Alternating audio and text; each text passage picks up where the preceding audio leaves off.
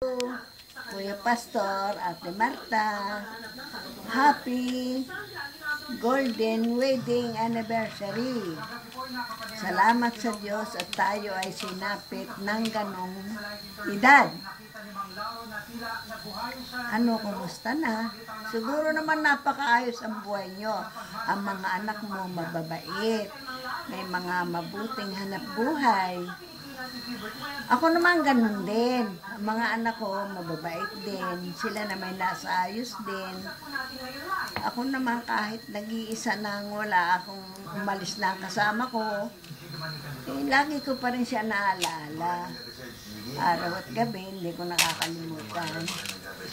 Kaya lang, minsan na akin ding naalala ang kahapon, ay lumingiti akong mag-isa.